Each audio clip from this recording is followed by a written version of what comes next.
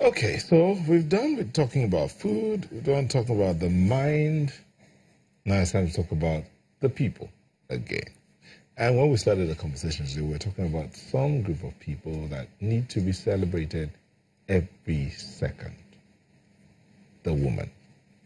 The moms, our sisters, our daughters. So guess what? Janet decides today she wants to talk about the super magnificent mom. And she's one. Hello, Janet. Good morning. I am just trying to wrap around my head what you mean by that.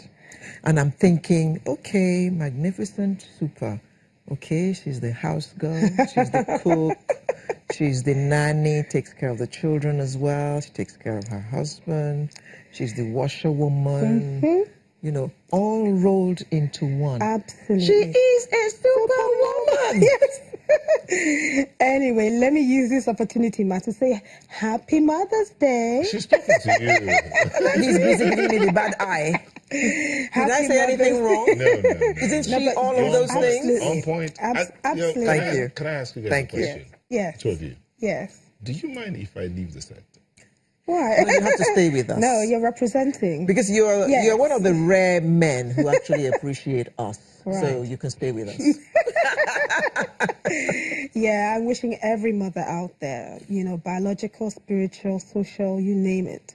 You know, Happy Mother's Day. Happy Mother's Day, Ma. That's against Thank tomorrow, you. right? Same to you. Absolutely. Thank you, Ma. Well, it's And that's true. after International Women's Day. Absolutely. So this week has been all about celebrating women, and it's been fantastic, actually. And I decided to talk about mothering etiquette, mothers. I mean, it's not easy to be a mom, and guess what? There is no dictionary or encyclopedia. There's no manual. There is absolutely no manual to tell you how to be a mother. It is your Are experience. you saying some women have written books about how to Well, mother you your still children have and to. run your You home? still have to Are you saying those experience books don't it. really count? Well, it's one thing to read about how to be a mom, right? It's just like someone telling you how to deliver a baby. Hello. No matter how they tell you, The experience. the experience is totally different. Oh, yes. And it's your experience, and you will begin to tell other people Each your is experience. individual. And they will have Yeah. their experience, and that's just how it is to be a mother. I mean, somebody will tell you, oh, I've got all boys in the house, so I'm the only woman, and they're driving me nuts. Or I've got all girls, or I've got mixed.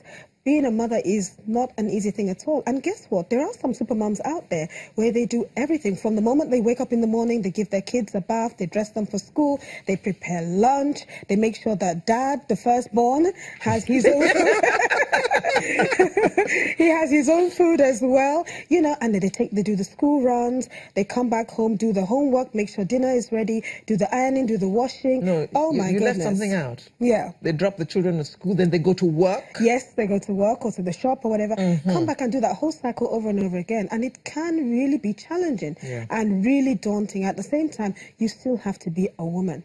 So, you know, to be a mother really is a job and a half. It's not even just a job. It's a job and a half, it's tasking. And some women actually get totally depressed from the whole cycle. And that's why we bring in some people to help us, housemaids, cooks, drivers and all of that, to relieve the pressure of being a mother or playing the role of a mother. Now, sometimes you're in an environment where you really don't have a choice. You really have to do everything yourself, and it's about balancing. And, you know, I have friends that live abroad and they cook on Sundays for the entire week. So they cook rice in one pot, beans in one pot, chicken stew. They do the whole lot so that they can relieve the pressure, and it's really about time management at the end of the day. And you still have to have that balance and be sane, you know. And most times you do need that great support system. So I said I have a few tips about mothering etiquette, and it's not hard and fast, but I guess there are just a few things that to remind us, you know, what it really takes to be a mother. Remembering the fact that it is not an easy task and everyone's experience is different. My mom always says experience is the best teacher. Sometimes you learn from other people's experience and most times you learn from your own. So the first tip I have really is that I think as a mother, to be honest with you, you've got to be spiritually in tune with your maker, I guess. So whatever happens, whatever you do, when you wake up in the morning, I guess it's time to connect, even if it's just for a few minutes. I think it's really important for the children, for your husband, for yourself, for the family at large. You need to be spiritually in tune with your maker. And that's just like a word of prayer or thanksgiving or whatever it is that makes sense to you. you do need to be spiritually. You can't just wake up and just everything works like that, like magic, you know. And my second tip is that, without any doubt, I think every woman needs to have some element of etiquette. And what am I saying? She needs to have patience, kindness, love, consideration. A woman needs to show that. Now, some men do that, but I guess it's the job of a woman to be patient with the child when you're teaching, because we play the role of teaching all the time.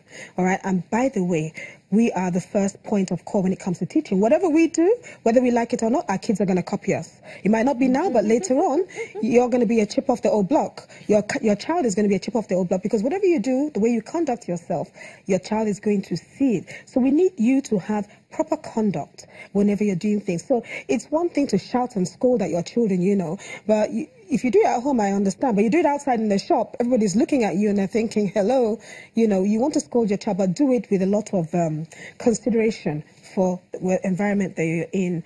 I think every woman needs to have an element of elegance, poise, and presence. Why am I saying this?